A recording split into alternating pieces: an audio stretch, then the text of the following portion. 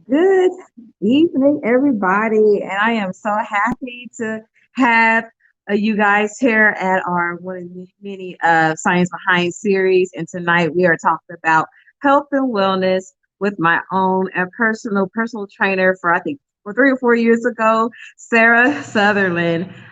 So now she used to be with Hitch Fitness, and now she is doing her own thing, which I am so happy to have her as my guest and to inform you guys on how to stay fit and healthy.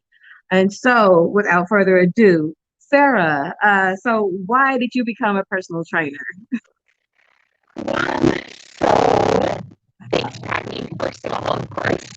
I got into personal training through my own personal experiences. So my formal education is all business, marketing, business. I have my master's in business. I was in the corporate world doing sales for healthcare IT and medical devices.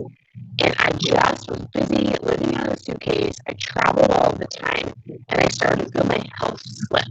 I was eating at restaurants, I was traveling, I was stressed out, and I just started to feel like there was like this fork in the road. I could be like everyone else that I saw in that profession in airports that just looked like they would be out of breath going between terminal to terminal, eating and, entertaining clients and having drinks and, it just, I could See, see it. before Oh, you but, continue, your mic is muted a little bit. I don't know what's going on oh with the mic. no, oh no, you can't hear very well. Here, let me, You're like really froggy.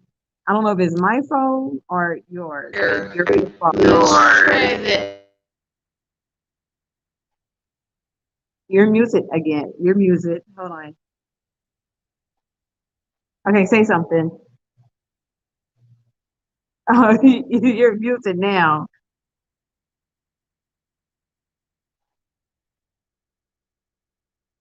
All right. Bear with us. Bear with us.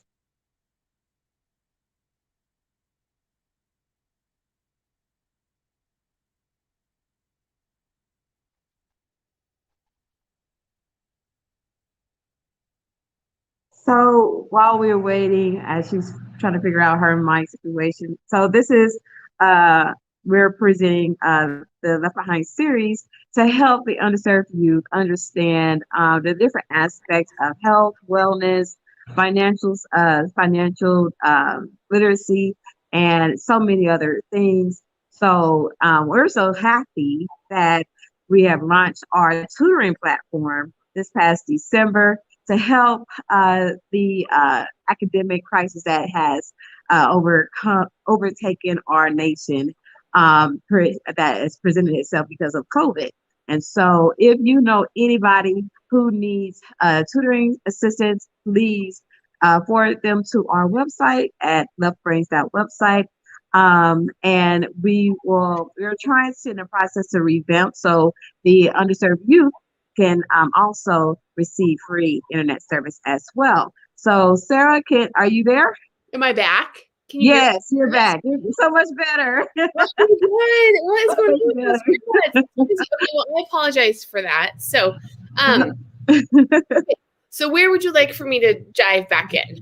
At the very beginning, because Okay, we'll just start all over then. Okay, fabulous.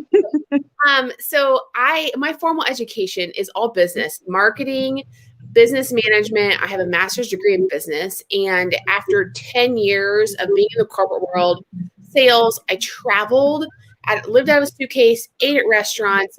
I just felt that I was already not letting health be my priority. I was starting to get stressed out.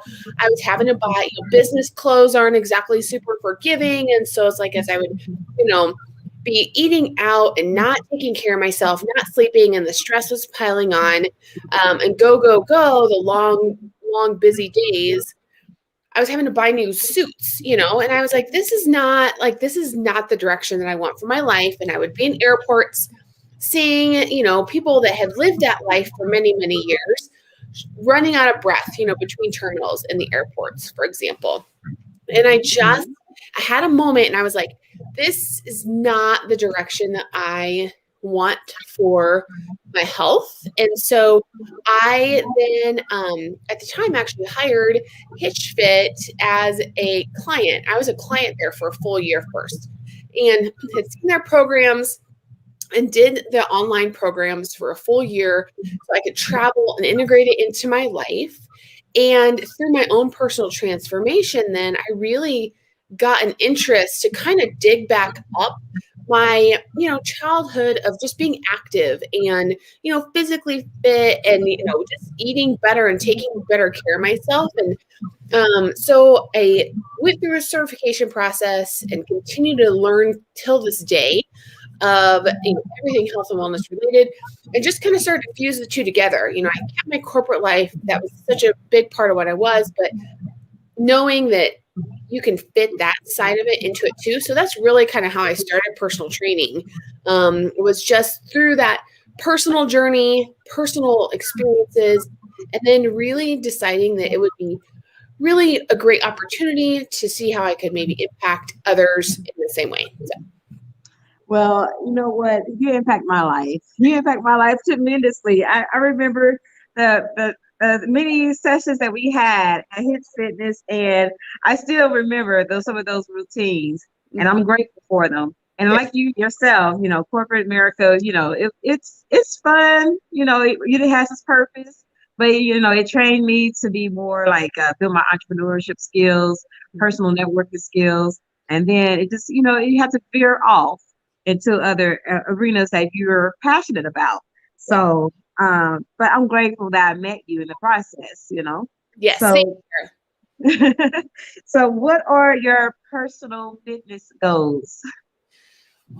I feel like I have personal ones and then like professional personal ones. So, when it comes to like true personal ones, we've got 3 young kids. I've got the 4th one on the way. And I just, they're 6, 4, and 2 right now. And I want to be active with them as I grow, right? And I want to set an example for them to know what proper health and wellness looks like, but not for it to become an obsession, basically, that really fine balance. And so personal goals is just for me to always feel like I'm setting a good example for them.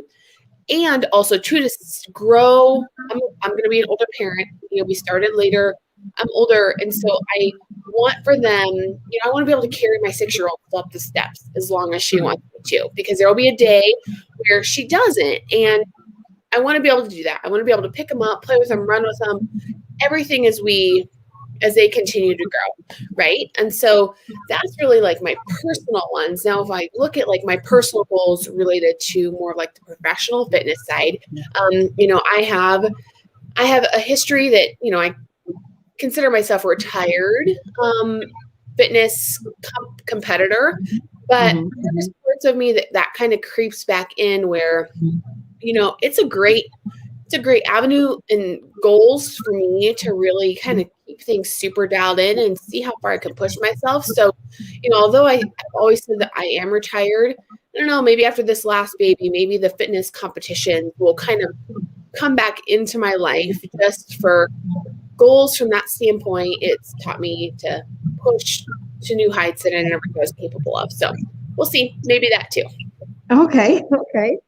And so what is the science behind personal training and health and wellness? We learn more about the human body all the time. It's really actually truly fascinating. And so when we really kind of take a look at personal training, specifically health and wellness, strength training really until the late 60s, it was really just in the bodybuilding world. And it wasn't until then, like the late 60s, early 70s, where there started to be like a sports performance, kind of avenue that started like peaking up. And so for then several decades, it was either bodybuilders or athletes that were really into like understanding strength training, because they had performance goals, right? It wasn't until the 90s where nutrition came into the picture, and there started to be like this correlation between nutrition and strength training and performance. So it really hasn't been then now until I would say the last 10, 15, maybe the early 2000s, where there really started to be studies that related to regular health, right? Okay, so now you're not a bodybuilder, you're not an athlete, but what health benefits are there for strength training, for understanding proper nutrition?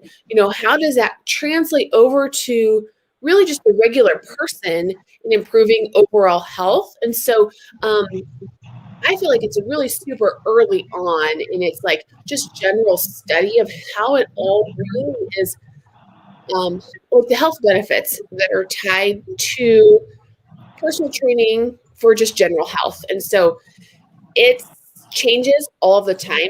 New studies are coming out all of the time. And so it's kind of exciting, but it's also one of those times where you got to stay on top of it too, because it is ever evolving as well. Yeah. So. Yeah. So how would you structure a new client's workout plan, and why structuring a client's workout plan is important?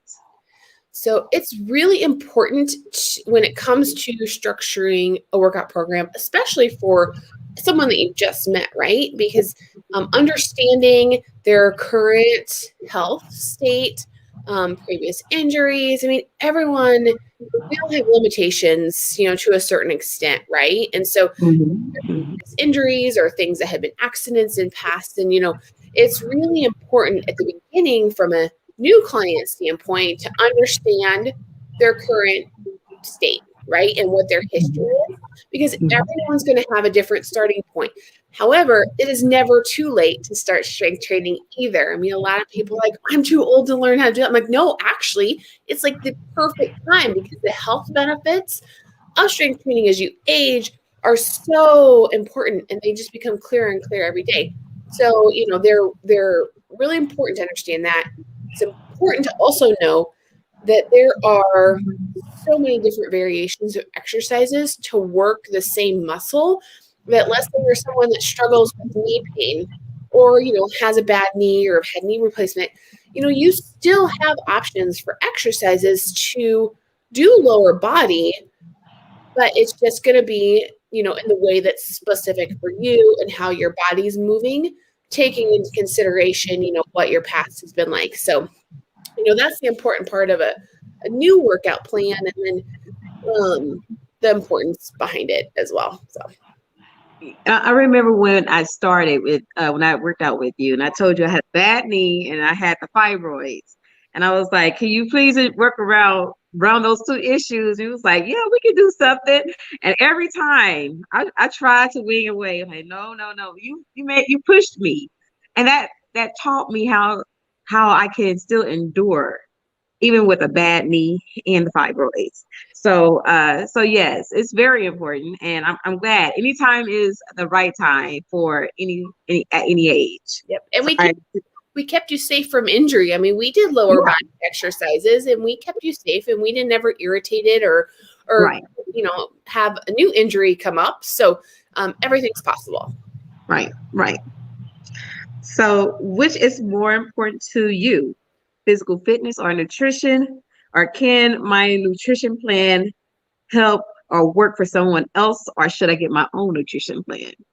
So this is a very loaded question. The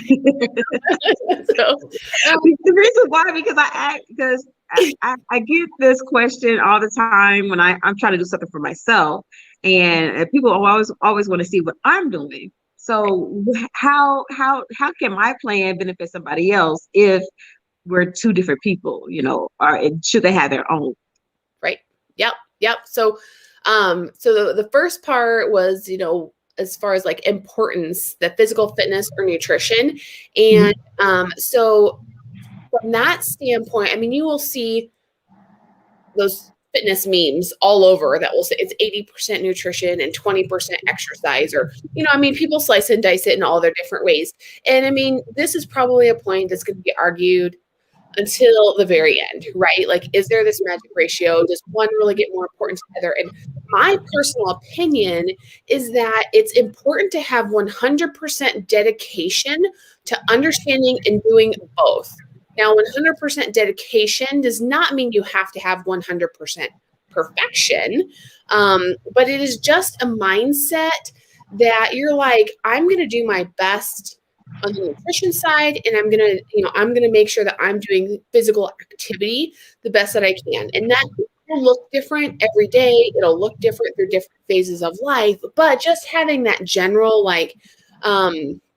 mindset, if you will, that gets you out of the I worked out today so I can eat whatever I want, because that's where the percentage gets placed much higher on the nutrition, because it'll backfire on you like with that particular mindset. So if you're looking at like whether or not your specific nutrition plan will work for someone else, it kind of depends on how your nutrition plan is written. I mean, because there are coaches that do things in a variety of different ways. Some of them will give you like the exact recipes and meals you're supposed to make. Some are going to help you understand general high level calorie ranges to work within and give you, some general parameters.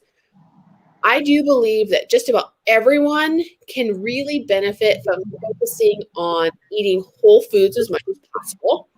And my definition of a whole food is something that has just one ingredient. So think broccoli. If somebody was to ask you what's in broccoli, you're going to say it's broccoli, right? Apple, sweet potato, right? And so it sounds really simple, but really people, and that's the thing too, like you can argue different strategies and approaches to the nutrition side, whether the diet plan's better, whether people think the calorie side is better, or just understanding your protein grams, whether it's paleo or keto or whatever. I mean, any of those terms, they will argue to the end of their day. But one thing is that they pretty much all agree on is the basis of the nutrition should be based on whole foods, right? Much of each of those you eat is what they'll continue to like battle over, right? So it kind of depends on your goals. It depends where you're at. It's hard to say that you could copy and paste a meal plan, even if it's the same person or your similar height, same weight. Like it still might not work based on your lifestyle, based on your overall history, based on what part of the country you live in and what you have access to. You know what I mean? So it's probably better to like attack it individually for yourself, although there are some foundational things that would apply, I feel like, across the board. So I would agree with that. I'm going to discuss this on another series, but like my mom and I, we went through a nutritionist, and her diet is totally different from my diet. For my body to get the nutrients that it needs to heal itself, to replenish itself, to hydrate itself, and she can have certain things, and I can have certain things, and I totally agree that everybody has to have their own personal nutrition plan, because one plan might work for one person, another plan might work for another person. So yes, I totally agree. Yep. So what are your top 5 best tips in selecting a personal trainer? Oh, well, okay. I would say I'll bet I'm biased. I'll pick you. I appreciate that. So, I mean, I have a lot of fun with clients, right? And so, I mean, it sounds crazy, but just finding somebody that still has passion for what they do. I mean, you're going to be spending time with that person on a one-on-one potential like basis, right? And there's a variety of different ways that you can work with a personal trainer, but you still have to have kind of that personal connection, right? You got to be willing to tolerate that person and feel like you can have a good time, you can learn together, that they push you a little bit, right? So I think number 1 would be just a personality, connection, if you will. And so that I think would be number 1. Number 2, I would really inquire about certifications, with the increase of people that are available to do like online programming, for example, things like that. Not everyone has actually taken the steps to go through proper certification. And even the ones that have went through certifications, they might just be good test takers, but they didn't absorb in a lot of the information. And so I would say number 2 is just really kind of digging into figuring out what maybe their experience is from an education standpoint. Certifications, I mean, I've done it through the route where I've done certifications after my formal education. Some people have more formal education in like kinesiology or, things like that I don't have. So it's still how they apply the knowledge too, as well. So that would be number 2.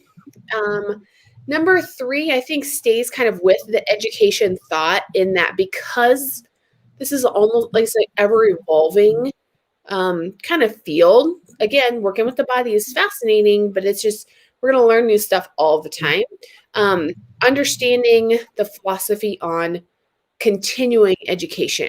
Some of the things that I teach and I coach now and the way that I approach my programming for writing workouts is very different than it was when I first started 9 years ago, because I've learned more personally, I've taken more information in, and I've evolved it. So that's really important that somebody doesn't just get stuck with what they're doing and it's just like rinse and repeat, recycle for that. So that would be my number 3. That's been 3, right? Or is that 4? Yeah, that's 3. Okay.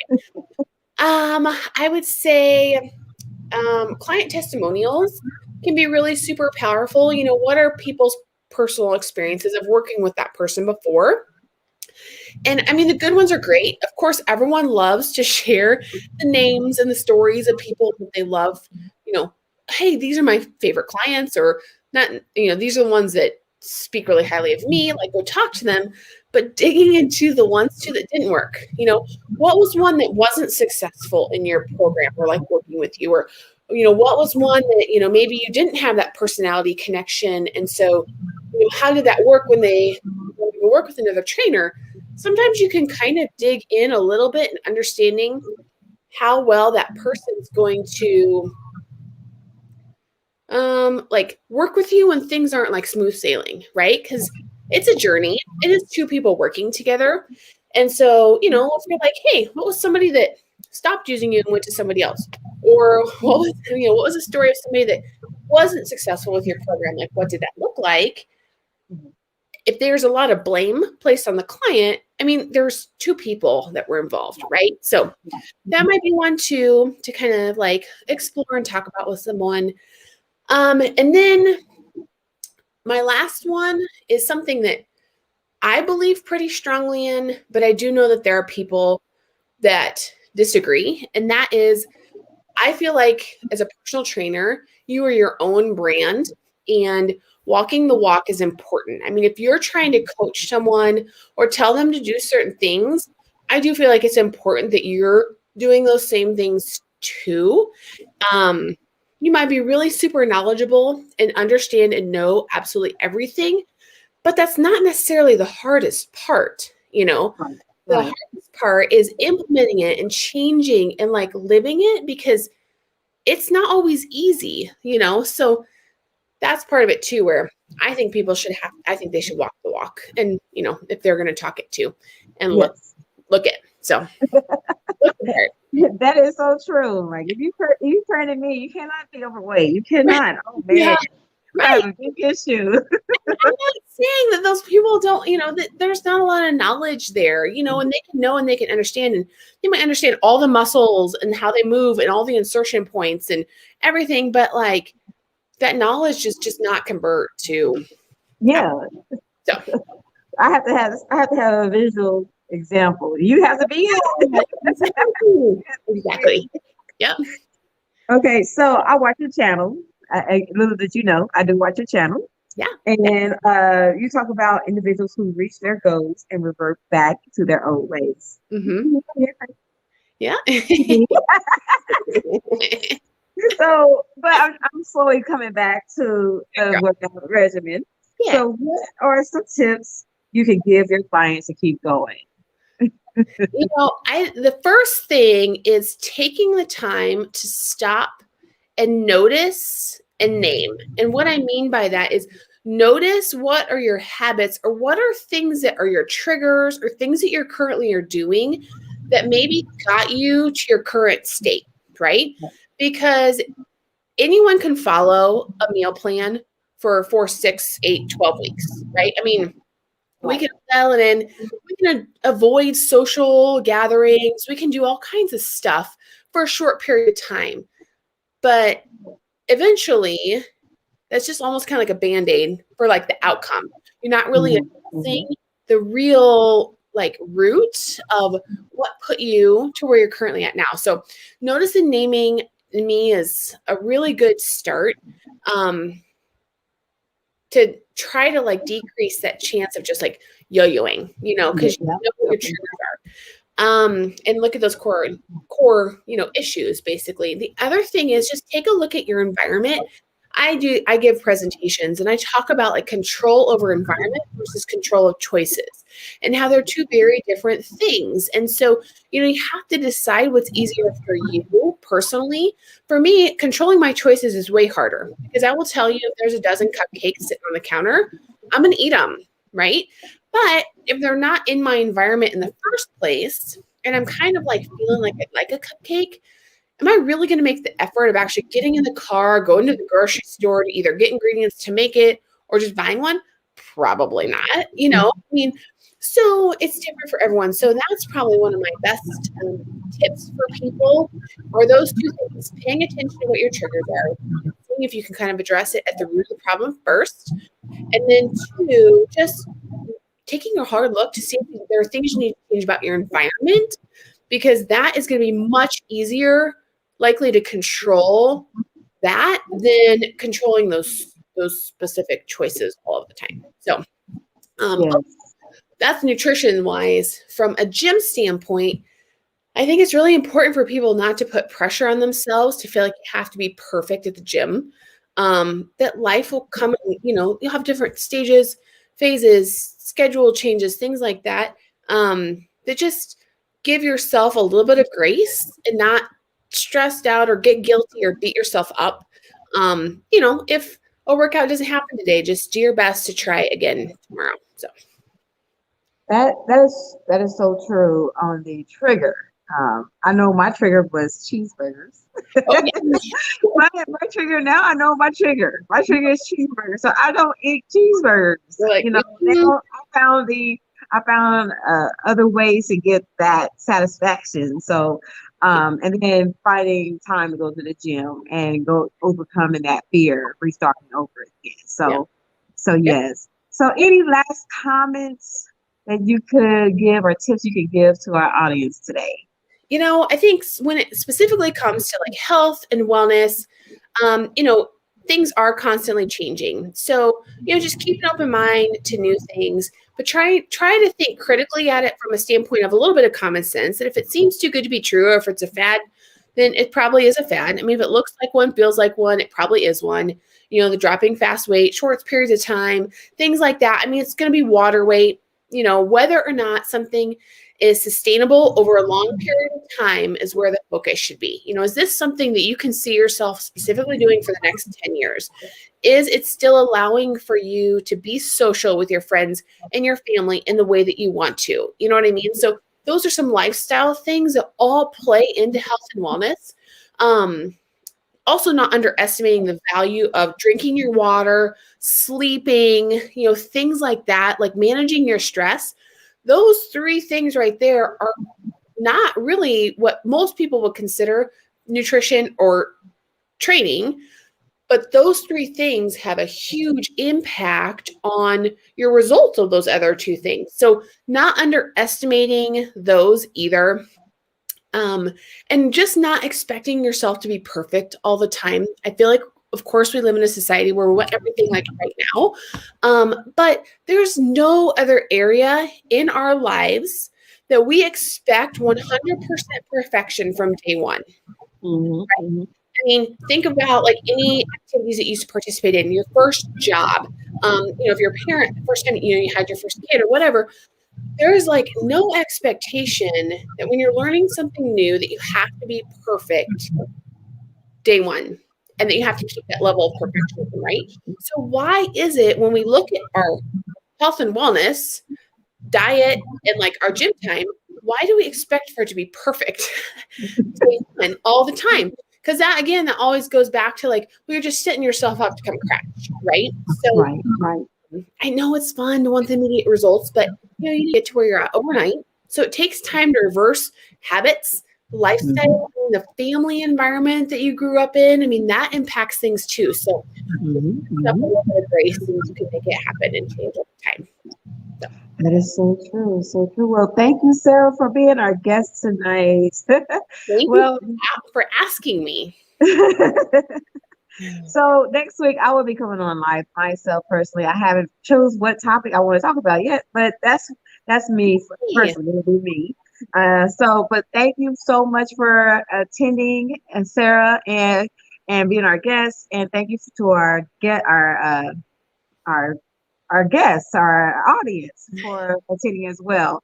So please stay tuned and stay connected. And if you know anyone who needs tutoring, we are here to help the underserved youth as well as our community. Please stay tuned and connected. Bye.